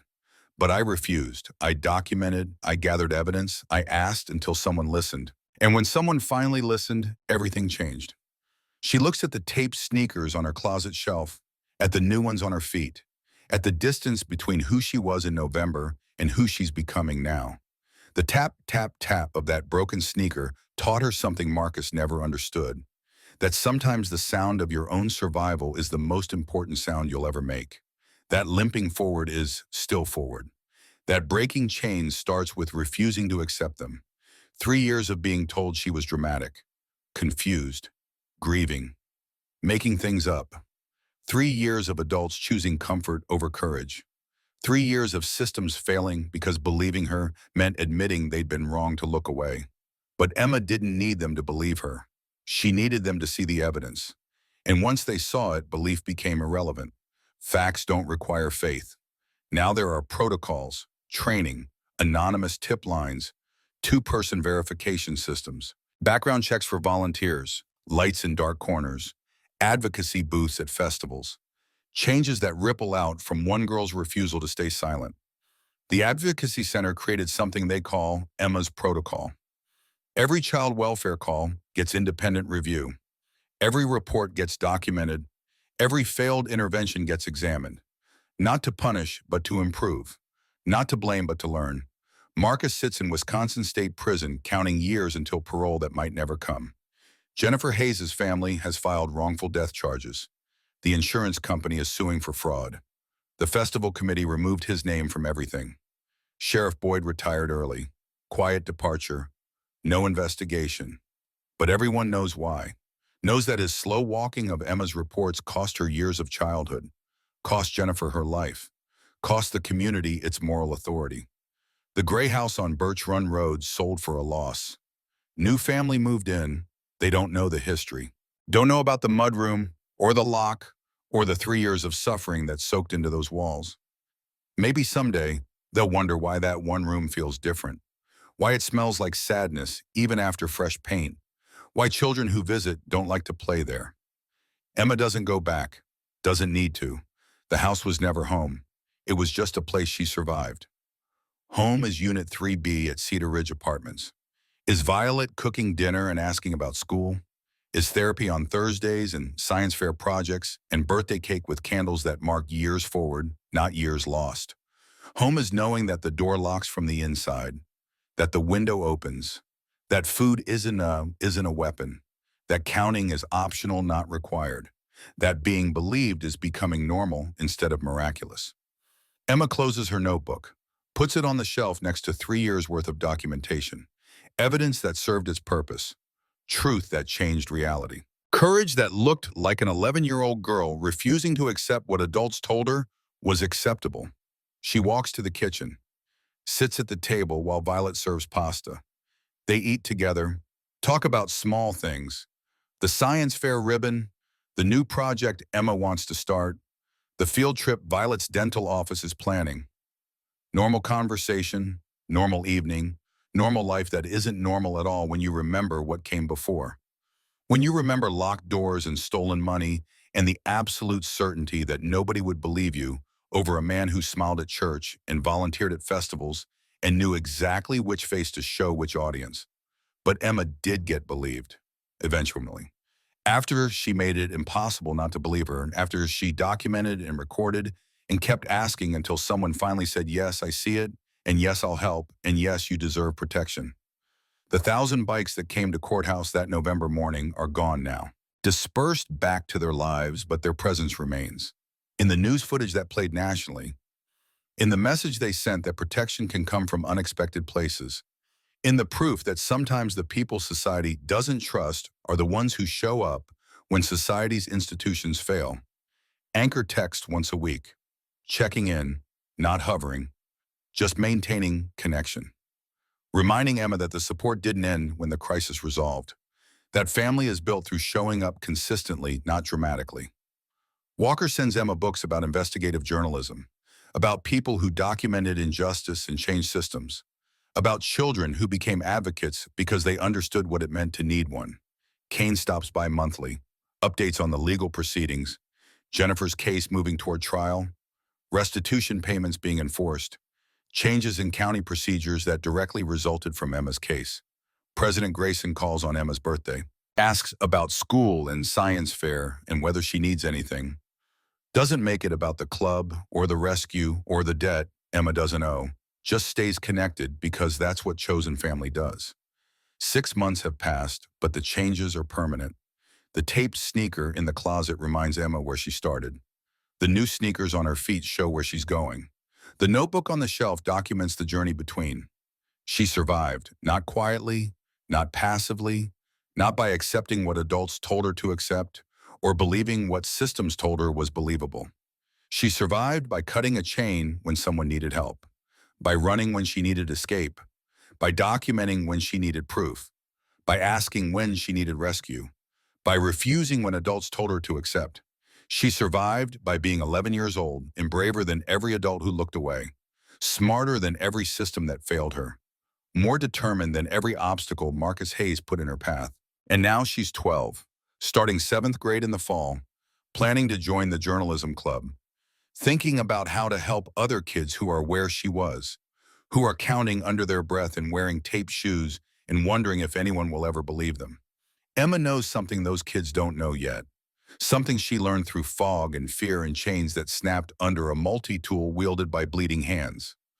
Light exists even in the darkest places. Sometimes it's a voice recorder, sometimes it's a notebook, sometimes it's 1,000 motorcycles, sometimes it's just the refusal to disappear. You just have to be brave enough to look for it. And if you look long enough, if you ask loud enough, if you document carefully enough, eventually light finds you. Emma Hart cut a chain in the woods. Then she cut chains of silence and complicity and systemic failure. She was 11 years old. She proved that one voice, one truth, one brave moment can summon 1,000 protectors. And that's why we stand with Emma. Not because her story is special, because her courage is universal, because every child who survives abuse is cutting chains. Every child who reports is gathering evidence. Every child who refuses to disappear is changing the world. Emma just happened to be loud enough that the world had to listen. The cake is eaten, the birthday celebrated, the evening settling into comfortable routine.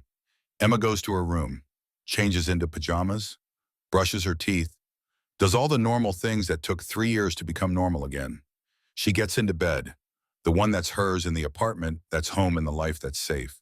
She doesn't check the lock, doesn't count to calm down, doesn't prepare for footsteps that won't come.